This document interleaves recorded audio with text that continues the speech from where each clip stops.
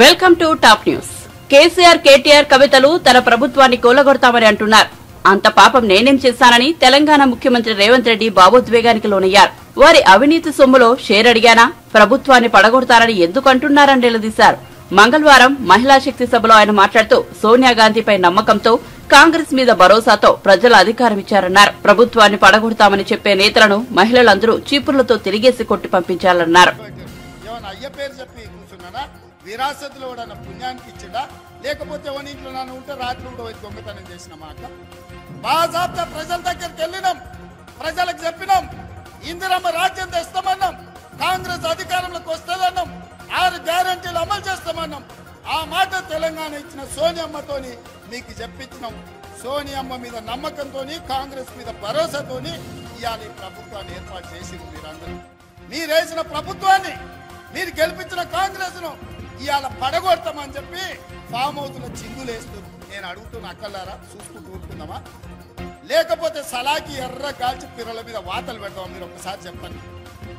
నేనైతే ఒక మాట చెప్పదలుచుకున్నా, ఎవడైతే ఈ ప్రభుత్వాన్ని పడగొడతానో, ఈ ప్రభుత్వానికి ఏదన్నా నష్టం చేకూరుస్తా అంటే ఊర్లలోకి వస్తే పొరకాటలు తిరిగేసి కొట్టూరు రక్క ఎవడొచ్చినా సరే ఇంటి ముందరికి వస్తే, ఓటు అడగనికి వస్తే చెయ్యి చాపమని రొట్టెలు చేసినప్పుడు వస్తే సలాకి ఎర్ర కాల్చి చేతుల మీద వాతలు పెట్టురు. అప్పుడు కానీ సన్నాసులకు బుద్ధి రాదు. మీరు గెలిపించిన ప్రభుత్వం మీ అభిమానంతో అధికారంలో ఉన్న కాంగ్రెస్ పార్టీని ఇవాళ పడగొట్టాలని కేసీఆర్, నరేంద్ర మోడీ ఇవాళ కుట్ర చేస్తూ, నరేంద్ర మోడీ 10 ఏళ్ళ నుంచి మనం చూడలేదా? నరేంద్ర మోడీ కదా ప్రధానమంత్రి. మనం అందించిన ఒడ్డు కొన్నాడా, కందులు కొన్నాడా, పసుపు కొన్నాడా, సోయాబీన్ కొన్నాడా, పత్తి కొన్నాడా, మిర్చి కొన్నాడా, మొక్కజొన్నలు కొన్నాడా? ఏం కొన్నాడు మనం పండించిన పంట నరేంద్ర మోడీ? ఏం కొనకపోను.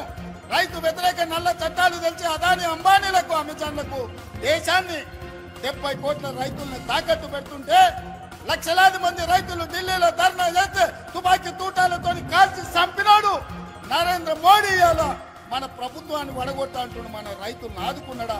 ఒక్కసారి ఆలోచన చేయండి. ఇవాళ సందెట్ల సడేమియాలాక బీజేపీ ఒకటి బయలుదేరాడు, మాకోసారి ఏందా మీకోసారి ఇయ్యనికే? 10 ఏళ్ళు మీ నరేంద్ర మోడీ ప్రధానమంత్రి కాదా? 10 ఏళ్ళు ఏం పొడిచిండ్రు మీరు? రైతు ఆదాయం 2 చేస్తా అన్నారు. ఉన్న దివాలా తెప్పించింది. ఇవాళ రైతులు చచ్చిపోతున్నారు. పేద ప్రతి వాడికి 2022 వరకు అందరికి ఇండ్లు ఇస్తున్నారు. ఇవాళ ఇండ్లు లేక గుడిసెలలో బతుకుతున్నారు. ఇవాళ ప్రతి పేదవాడి ఖాతాల స్విస్ బ్యాంక్ లో ఉన్న లక్షల కోట్ల రూపాయలు తెచ్చి 15 లక్షల రూపాయలు ప్రతి పేదవాడి ఖాతా ఇస్తాను. సిల్లి గవర్నర్ వేసిందా? ఏ మాట చెప్పి ఏ మాట నిలబెట్టుకున్నాడు నరేంద్ర మోడీ? సంవత్సరానికి 2 కోట్ల ఉద్యోగాలు ఇస్తాను. 10 ఏళ్ళు అయింది. 20 కోట్ల ఉద్యోగాలు ఇవ్వాలి. ఒకవేళ 20 కోట్ల ఉద్యోగాలు నరేంద్ర మోడీ ఇస్తే నా తెలంగాణకు 70 లక్షల ఉద్యోగాలు వస్తాయి. 30 లక్షల మంది నిరుద్యోగ యువకులు నమోదు చేయించుకొని రోడ్ల మీద తిరుగుతున్నారు. ఒక్కనికన్నా ఉద్యోగం ఇచ్చిందా నరేంద్ర మోడీ? ఇవాళ అమిత్ షా వచ్చిందంట. ఏం చేస్తావా తెలంగాణ? దోపిడీ చేస్తావా? తెలంగాణలో నీకు ఓట్లు వేయాలన్నా ఏం చేయాలి? పార్లమెంట్లో మీ నరేంద్ర మోడీ తలుపులు మూసి తెలంగాణ ఇచ్చింది సోనియమ్మ అన్నట్టు. అవును, బరాబర్ తెలంగాణ రాష్ట్రాన్ని ఇవ్వాలని సోనియమ్మ కంకణం కట్టుకొని పార్లమెంట్ లో తలుపులు మూసి లైవ్లు బంద్ చేసి తెలంగాణ రాష్ట్రం ఇచ్చింది సోనియమ్మ. తెలంగాణ రాష్ట్ర ఏర్పాటుని అవహేళిస్తున్న నరేంద్ర మోడీ తెలంగాణలో ఓట్లు ఎట్లా అడుగుతామని నేను అడుగుతున్నా. తెలంగాణ ప్రజల్ని అవమానించిన తెలంగాణ ప్రజలు ఓట్లేస్తారా? ఇవాళ వీళ్ళిద్దరు కలిసి చీకట్లో ఒప్పందం చేసుకొని వాడు 9 వీడో 4 ఎంపీ అభ్యర్థులను ప్రకటించారు. వాడు ప్రకటించిన దగ్గర వీడు ప్రకటించాడు, వీడు ప్రకటించిన దగ్గర వాడు ప్రకటించాడు. ఎందుకంటే ఎవరికి వాడు విడివిడిగా ప్రచారం చేసుకోవాలి, కాంగ్రెస్ పార్టీని దెబ్బతీయాలి. ఎంతసేపు చీకటి ఒప్పందాలే కేసీఆర్. పొద్దుటి పూట బయటకు వచ్చేది లేదు, ప్రజల్ని కలిసేది లేదు. ఇంకా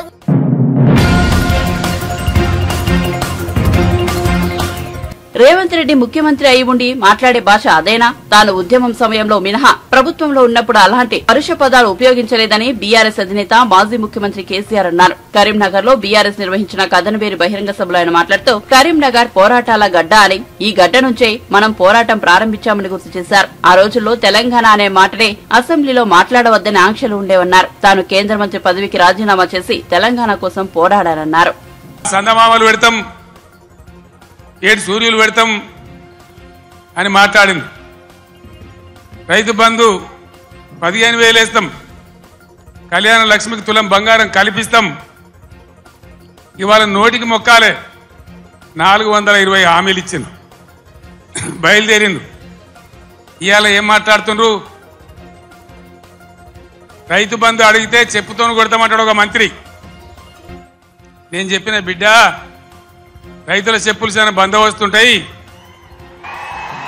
దబ్బన వాళ్ళు అదే పనికెత్తుకుంటే ఏమవుతుంది మీకు గతి అని కూడా నేను చెప్పిన. బందోబస్తు ఉండే రైతుల చెప్పులు. మంత్రిగా ఉన్న వ్యక్తి రైతు బంధు అడిగితే చెప్పుతోను కొట్టుకుంటాడు. ఇంకెవడో సన్నాసిగాడు కూడా అంటాడు. అంటే ఏందన్నట్టు? ఇప్పుడు ఇన్న ముఖ్యమంత్రి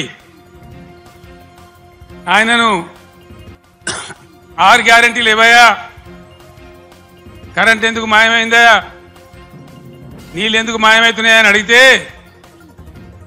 ఆయన నేను పండబెట్టి తొక్కుతా, పేగులు మెడలేసుకుంటా, పెండ ముఖానికి రాసుకుంటా, చీరుతా, సంపుతా, మానవ బాంబునైతా, మట్టి బాంబునైతా అని మాట్లాడతాడు. ఇంత అసహనమా?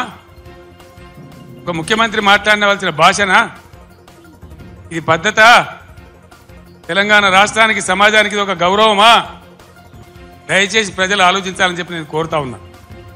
ఈ కరీంనగర్ గడ్డ నుంచి యావత్తు తెలంగాణ ప్రజానీకానికి నేను పిలిపిస్తా ఉన్నా.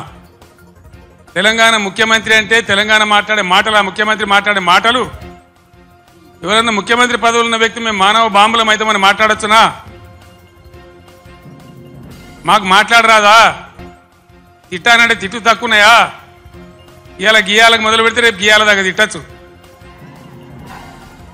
నేను మాట్లాడినా, తెలంగాణ ఉద్యమంలో మాట్లాడినా, తెలంగాణ వ్యతిరేకించిన వాళ్ళను దద్దమ్మలు అన్నా, సన్నాసులు అన్నా, సమైక్యవాదం, సమగ్రాభివృద్ధి అంటే సన్నాసులారా ఏది రాని మాట్లాడినా. కానీ ఈ విధంగా 10 ఏళ్ల ముఖ్యమంత్రికి ఉన్నప్పుడు నా నోటి నుంచి ఒక్క రోజన్నా, ఒక సందర్భంలోన్నా ఇటువంటి దురుసు మాటలు మీరు విన్నరా? దయచేసి ఆలోచన చేయాలని నేను చెప్పే చాలా సీరియస్ మాట. ఎందుకంటే తెలంగాణ రాష్ట్రం తెచ్చుకున్నాం, 10 ఏళ్ళు బ్రహ్మాండమైన పాలన చేసినాం. మీ అందరికీ తెలుసు, తెలంగాణ వచ్చినాడు కొత్త కుండల ఈగది వచ్చినట్టు. దిక్కు దిశ లేదు, బడ్జెట్ ఏందో తెలియదు, కరెంటు లేదు, కాలిపోయే మోటార్లు, పేలిపోయే ట్రాన్స్ఫార్మర్లు, మంచినీళ్ళకు అన్నమో రామచంద్ర, రాష్ట్ర వ్యాప్తంగా చేనేత కార్మికుల ఆకలి చావులు, రైతుల ఆత్మహత్యలు, అప్పుల బాధ భరించలేక ఒక భయంకరమైన పరిస్థితులలో ఈ రాష్ట్ర ప్రజలు నన్ను ముఖ్యమంత్రి చేసిన మీరందరూ కలిసి. నేనేమన్నా అన్నానా? ఆంధ్ర వాళ్ళు మోసం చేసిపోయినారు, డబ్బులు లేవు, ఖజానా ఖాళీ అని నా నోట్ల నుంచి ఎప్పుడన్నా మీరు విన్నారా? లంకె బిందెల కోసం వచ్చినామని అన్నానా? ఎవడన్నా ముఖ్యమంత్రి లంకె బిందెలని మాట్లాడొచ్చునా? నీకు ఏ పరిస్థితి దొరికిందో ఆ పరిస్థితి మీద ముందటికి ఒక మార్గం వేసుకొని ఎట్లా దాన్ని చక్కగా చేయాలో చేయాలి. మొన్నటిదాకా బీఆర్ఎస్ ప్రభుత్వం ఉన్నది, 10 ఏళ్ళు పనిచేసినాం. ఎస్, ప్రజలు మీకు ఇచ్చిండు, మాకు అభ్యంతరం లేదు, మాకంత ఈర్ష్య కూడా లేదు. నువ్వు మాకన్నా కుడిచేయి పని చేయి.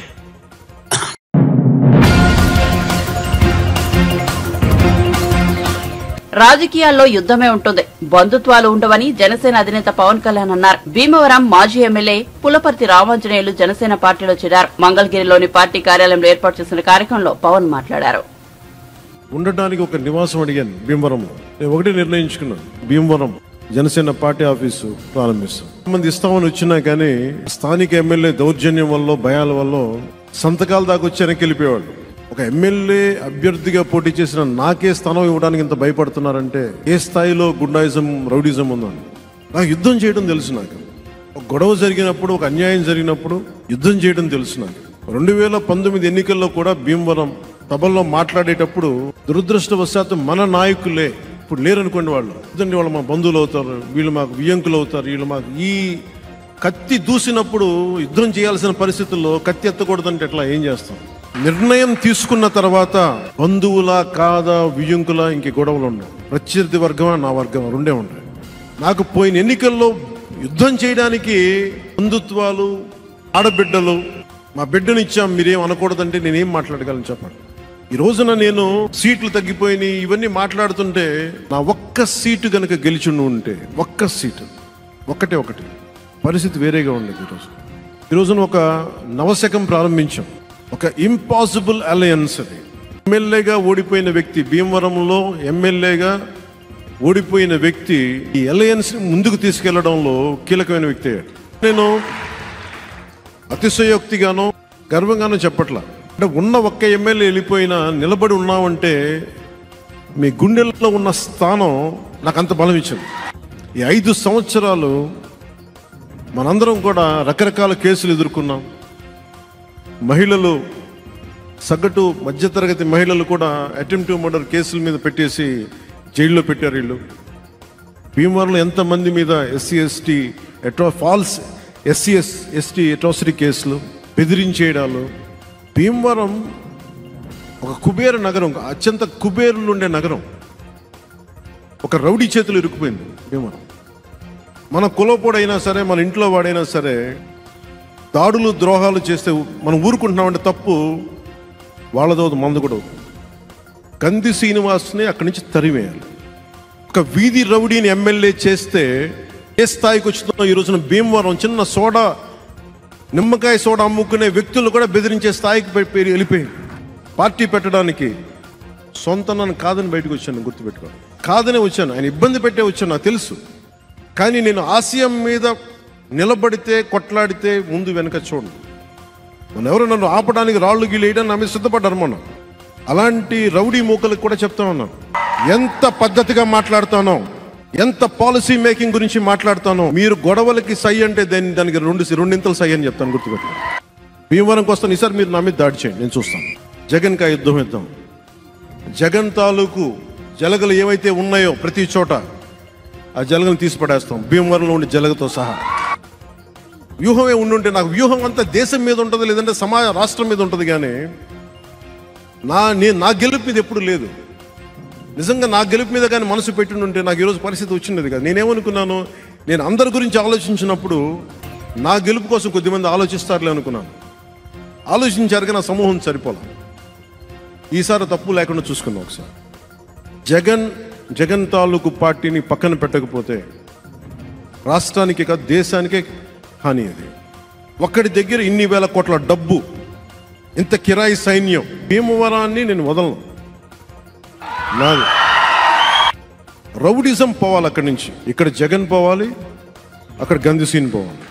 వైసీపీ విముక్త ఆంధ్రప్రదేశ్ ఏదైతే కోరుకున్నానో సరిగ్గా మే 15 లోపు జరిగిపోతుంది.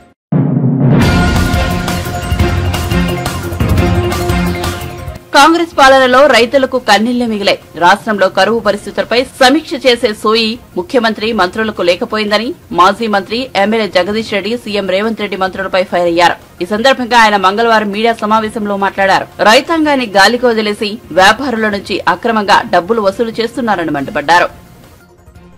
ఎట్లా పార్టీలు మార్పియాలి, ఎట్లా ఓట్లు సంపాదించాలి, వ్యాపారస్తులను భయపెట్టించి ఎట్లా డబ్బులు సంపాదించాలి, తీసుకుపోయి ఢిల్లీకి ఎట్లా ముడుపులు కట్టి రావాలన్న సోయి తప్ప ప్రజల పట్ల, పరిపాలన పట్ల సోయి లేదు. ఏ నీళ్ళు ఎక్కడికి వస్తాయో తెలియదు, కానీ ఎక్కడ డబ్బులు ఉన్నాయో ఎట్లా వసూలు చేయొచ్చో మాత్రమే తెలుసు వీళ్ళకి. కరువు సమీక్షలు చేయండి, కాలువల గేట్లు తీయండి, గోదావరిలో వెంటనే మేడిగడ్డ పిల్లర్లు ఏదైతే కుంగిపోయినాయో వెంటనే రిపేర్ మొదలు పెట్టాలి. ఏది సోయి లేదు, ఒక్కదాని మీద కూడా. ప్రజల సమస్య పట్ల సోయి లేదు. డ్రామాలు ఆడి నడిపిస్తాం అనుకుంటున్నారు, సాధ్యం కాదు. డ్రామాలతోని ప్రభుత్వాలు నడవు. ఇవాళ మీరు చేస్తున్న ప్రతిదీ కూడా తెలుసు, ఎవరెవరి దగ్గర ఎట్లా వసూలు చేస్తున్నారో. ఉండనా గత 10 సంవత్సరాలు ఒక్కటంటే ఒక్క సంఘటన? వీధి రౌడీల రాజ్యం ఉండేనా? చందాలు వసూలు చేసిన దందాలు ఉండేనా? వసూలు చేసింది తీసుకుపోయి దుర్మార్గంగా ఢిల్లీలో కట్టేస్తున్నారు. తెలంగాణ సొమ్మంతా తీసుకుపోయి ఢిల్లీలో కట్టేస్తున్నారు. తెలంగాణ రైతుల శ్రమంతా తీసుకుపోయి ఢిల్లీలో కట్టేస్తున్నారు. గీ సోయి తప్ప పరిపాలన సోయి లేదు. గేట్లు తీసుకొస్తారు, ఇది తీసుకొస్తారు. ప్రజలు సిద్ధంగా ఉన్నారు గేట్లు పగలగట్టుకుని రావడానికి. చరిత్రలో ఎప్పుడు కూడా కేవలం 2-3 నెలల్లోనే ఇంత దుర్మార్గంగా ఫెయిల్ అయిన ప్రభుత్వం లేదు. ఇవాళ మొదటిసారి తెలంగాణలో వచ్చిన కాంగ్రెస్ ప్రభుత్వం తప్ప. ఏదేమైనప్పుడు కూడా నేను ఇప్పటికీ మళ్ళీ డిమాండ్ చేస్తా ఉన్నా, తెలంగాణ నల్గొండ జిల్లా రైతాంగం తరఫున వెంటనే మీ పరపతి ఉపయోగించి కర్ణాటక నుంచి ఏ ముఖ్యమంత్రి, ఏ ఉప ముఖ్యమంత్రి, మంత్రులు వచ్చి కర్ణాటక నుంచి ఇక్కడికి వచ్చి ఓట్లు వేయండి, కాంగ్రెస్ పార్టీకి మేము ప్రభుత్వం మంచి ప్రభుత్వం అందిస్తామని చెప్పినో వాళ్ళ నుంచి తీసుకురండి నీళ్లు. అక్కడ ఉన్నాయి నీళ్లు, చేతనైతే దమ్ముంటే గద్దీసుకరా. గా గేట్లు ఓపెన్ చేయి, నారాయణపూర్ అనబట్టి గేట్లు ఓపెన్.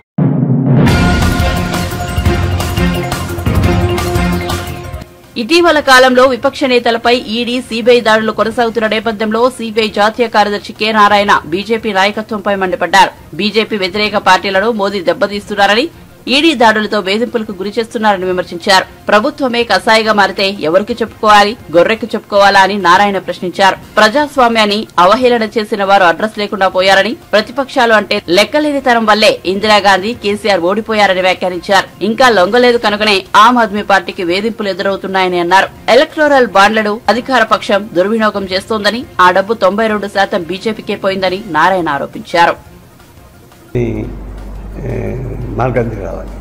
ఎందుకు బ్లాక్మెయిల్ చేయాలి? రాజకీయ పరిస్థితి. కేసీఆర్ని బ్లాక్మెయిల్ చేశాడు, పోయా. ఆయన బ్లాక్మెయిల్ చేశాడు, కూతురిని బయట పెట్టాడు, ఆయన ఓడిపోయాడు. ఇప్పుడేమంటాడు అమిత్ షా? కాంగ్రెస్, వైసీపీ అన్నాడు, టీఆర్ఎస్, అది బీఆర్ఎస్, వీళ్ళంతా ఒకటే అంటున్నాడు. ఒకవైపున ఎట్ట సాధ్యం ఉంది? కాంగ్రెస్ పార్టీ వెనక మనం గెలిచింది. కాంగ్రెస్ పార్టీ బీఆర్ఎస్ ఒకటి ఎట్టవుతుంది? ఒకటి ఎట్టవుతుంది? తలకే ఉండాలి చెప్పడానికి. బీఆర్ఎస్ మీ సంఖ్యలో ఉంది, కాంగ్రెస్కి ఫైట్ చేస్తుంది, ఇండియా కూటమిలో ఉంది. అంటే అబద్ధాలు చెప్పడానికి కొంచెం ఉండాలి కదా హోమ్ మినిస్టర్ స్థాయిలో. ఇప్పుడు ఆంధ్రప్రదేశ్ ఎందుకు వస్తున్నారు? ఇప్పుడు నార్త్లో ఓట్లు తగ్గిపోతాయి, సీట్లు తగ్గిపోతున్నాయి. నార్త్లో పార్లమెంట్ ఎన్నికలు చాలా ఘోరమైన పరాజయం రాబోతా ఉంది. కాబట్టి సౌత్లో దాని సంతానం తెలుసుకోవాలి. అందుకని తమిళనాడు పదే ఈ 15 రోజుల్లోనే కేరళ, తమిళనాడు, సౌత్ ఇండియాలో ఎక్కువ టైం స్పెండ్ చేశాడు. ఇంకా ఆడు ఓడిపోతున్నాం, ఏడాది తెచ్చుకున్నాం అని చెప్పేసి. అక్కడైతే మరి అన్యాయం. ఆంటోనీ కొడుకు బీజేపీలు చేరారు, కరుణాకర్ కొడుకు బీజేపీలు చేరారు. ఏం చేస్తారో తెలియదు. సో కేరళ మీద కాన్సన్ట్రేషన్ పెట్టారు. తమిళనాడు మీద ఇప్పుడు నేను అక్కడే పోటీ చేస్తానని చెప్పి చెప్పాడు, ఏం తెలియదు. అన్నిటిపై ఇప్పుడు ఆంధ్రప్రదేశ్ మీద స్టార్ట్ చేశాడు. స్టార్ట్ చేయడానికి అర్థం ఏంటి? Jaganmohan Reddy attain down follow ఉన్నాడు, ఆయన పట్టుకుంటే పెద్ద ఉపయోగపడదు. ఒకటి గెలిచే కూడా పర్వాలేదు. జగన్మోహన్ రెడ్డి గెలిచే వాళ్ళకి ప్రమాదం లేదు, ఎందుకంటే ఆడ కాళ్ళ పని పడి ఉంటాడు కదా. కాబట్టి వీళ్ళు గెలుచుకోవాలంటే టీడీపీకి జనసేన పట్టుకోవాలి. టీడీపీకి వైసీపీ వ్యతిరేక ఓట్లు వస్తాయని చెప్పేసి అని పసిగట్టారు. వచ్చి పచ్చగా ఉన్న కొంపని కూల్చడానికి ట్రై చేస్తున్నారు. ఏదో పచ్చగా ఉన్నాడు పాపం టీడీపీ. నేను 2 నెలల క్రితం అంచనా వేసినప్పుడు కూడా ఒంటరిగానే గెలిచేట్టున్నారు టీడీపీ వాళ్ళు అని అభిప్రాయం వచ్చింది. ఒంటరిగానే గెలుస్తారని అభిప్రాయం వచ్చింది. ఇప్పుడు క్వశ్చన్ మార్క్ అయిపోయింది. వాళ్ళు ఏం చెప్తారే, నీ కాపురం జడగొట్టకపోతే నీ రంగమొగుడే కాదని. అట్లా ఇప్పుడు టీడీపీకి రంగమొగుడు అయింది హోమ్ మినిస్టర్. చంద్రబాబు నాయుడు ఎంత చేసామని చేశాడు? జైలుకి పోతావా మాతో పెట్టుకుంటావా అడిగాడు. పోతే జైలుకు పో, లేకపోతే మా సంబంధం పెట్టుకో. చంద్రబాబు నాయుడు పాపం బైక్కి చుట్టూ గన్మెన్లు ఉంటే అరుస్తాడు, కానీ చాలా భయస్తాడు. స్టూడెంట్ వేసి నాకు తెలిసి ఉండే కదా, భయపడిపోయాడు. ఎంత భయపించారంటే వాళ్ళు 2-3 పార్లమెంట్ సీట్లకు పైన ఇవ్వాలని చెప్పినటువంటి వాడిని ఇప్పుడు 10 పార్లమెంట్ సీట్ల 8 పార్లమెంట్ సీట్లు తీసుకుంటారు. 6 కాదు, 2 మళ్ళీ ఇంకోటి పెంచాడు. మళ్ళీ ఇంటే అసెంబ్లీ పెంచేట్టున్నాడు. అది ఒక విధంగా లోపల వేసి నలగొట్టి బెదరగొట్టి భయభ్రాంతం చేసి పెట్టిన సంతకం పెట్టు, లేకుండా జైలు పోసేంటే సంతకం పెట్టాడు. ఇప్పుడు నాకేంటంటే ఆ సంతకం పెట్టి ఆయన పోతే మాకు పోయేదేం లేదు. కానీ తెలుగు ప్రజానికానికి ఇంత అన్యాయం చేసేటువంటి రాజకీయ శక్తులు ఉన్నాయి ఇక్కడ. తెలుగు ప్రైడ్.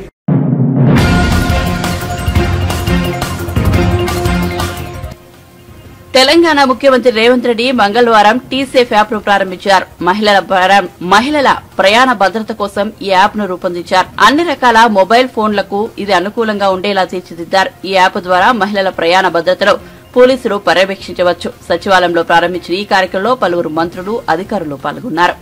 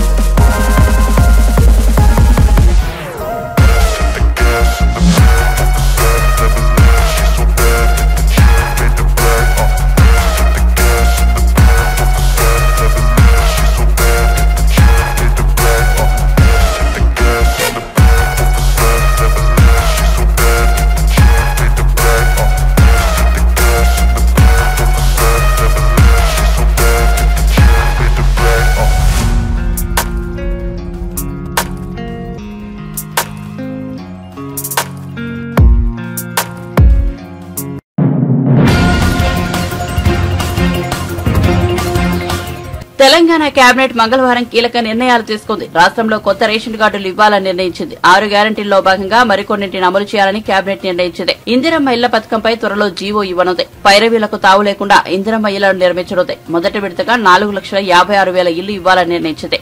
మహిళా సంఘాలకు ప్రతి సంవత్సరం వడ్డీ లేని రుణాలు 10 లక్షల వరకు బీమా సౌకర్యం కల్పించాలని కేబినెట్ తీర్మానం చేసింది. 16 బీసీ కార్పొరేషన్ల ఏర్పాటుకు ఆమోదం తెలిపింది. హౌసింగ్ కార్పొరేషన్ పునరుద్దరణకు కేబినెట్ పచ్చజెండా ఊపింది. చారిత్రాత్మక దినం.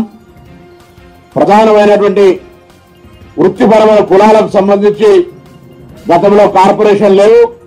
ఈరోజు గౌరవ ముఖ్యమంత్రి గారి అధ్యక్షతతో జరిగినటువంటి కేబినెట్ మంత్రులందరూ ఏకగ్రీవంగా రాష్ట్రంలో ఉన్న ప్రధాన కులాలు కులవృత్తులు చేసుకునే సందర్భంలో మోడరేషన్ సాంకేతికమైనటువంటి మార్పులు జరుగుతున్నప్పుడు వాళ్ళని ఆర్థికంగా ఎదగడానికి ఉపాధి అవకాశాలను మెరుగుపరచుకోవడానికి తోడ్పడాలనేటువంటి సాంకేతికత్వాన్ని జోడించడానికి ప్రత్యేకించి ముదిరాజు కార్పొరేషన్ ఏర్పాటు చేయడం కానీ అంటే వాళ్ళ వృత్తికి సంబంధించిన యుద్ధంలో జరుగుతున్న అన్ని కూడా కార్పొరేషన్ ద్వారా జరగాలి.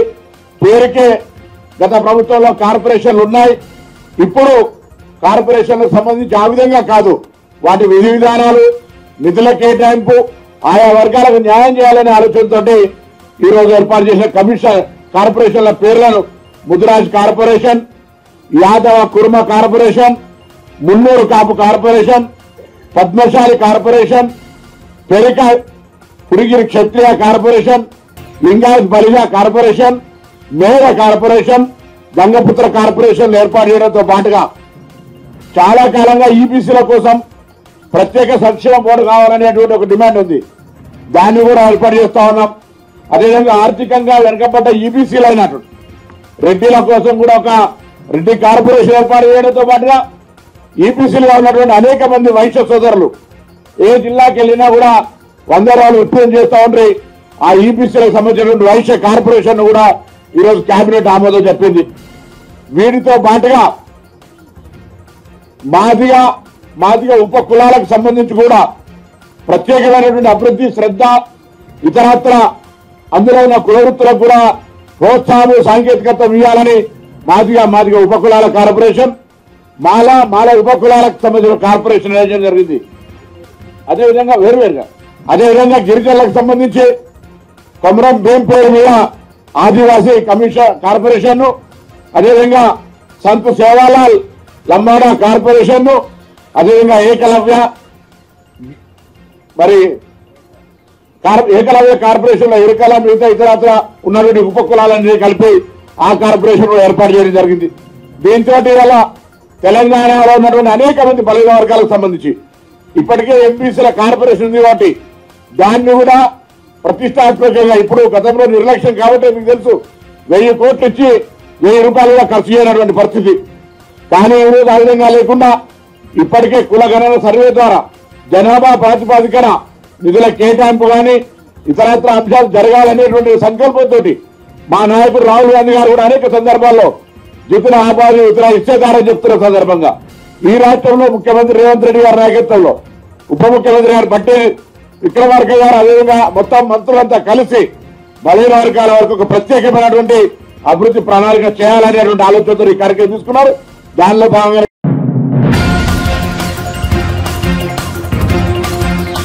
కేంద్ర హోంశాఖ మంత్రి బీజేపీ అగ్రనేత అమిత్ షా హైదరాబాద్ లోక్సభ బీజేపీ అభ్యర్థి కొంపెల్ల మాధవీలత మంగళవారం పాత బస్తీలోని భాగ్యలక్ష్మి అమ్మవారిని దర్శించుకున్నారు. ఆలయంలో అమిత్ షా ప్రత్యేక పూజలు నిర్వహించారు. అమిత్ షా పర్యటన నేపథ్యంలో చార్మినార్ పరిసర ప్రాంతాల్లో కట్టుదిట్టమైన భద్రతను ఏర్పాటు చేశారు. అమిత్ షా మాధవీలతలకు ఆలయ పూజారులు వేద మంత్రాలతో ఆహ్వానం పలికారు. అమిత్ షా అంతకుముందు బీజేపీ సోషల్ మీడియా వారియర్స్ సమావేశంలో ఆ తర్వాత ఎల్బీ స్టేడియంలో బీజేపీ బహిరంగ సభలో పాల్గొన్నారు.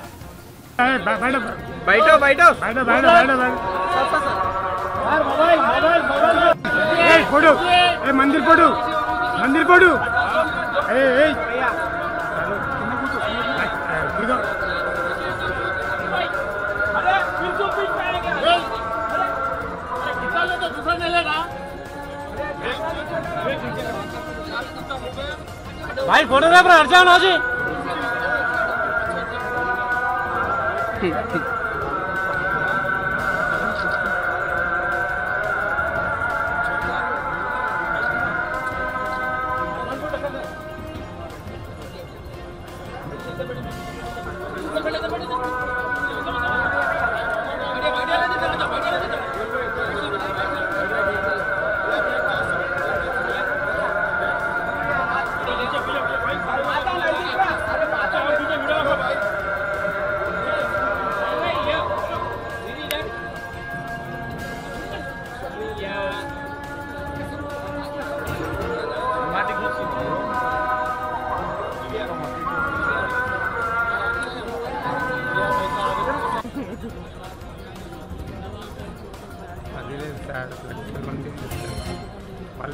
అర్థం వస్తేలా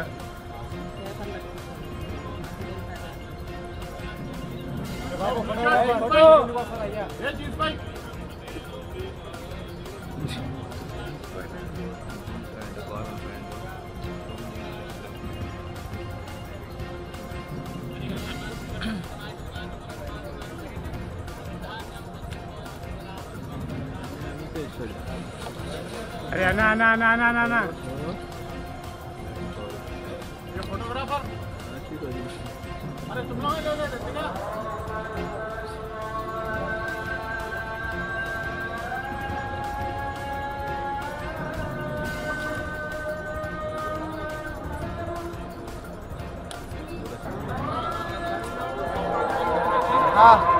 फोटोग्राफर अरे भैया मंदिर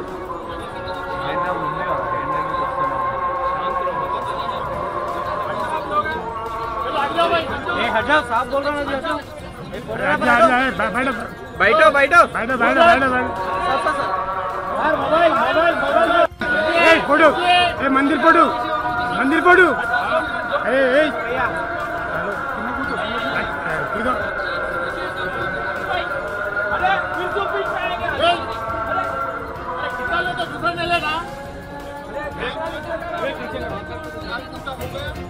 भाई फोटोग्राफर हर्षान हो जी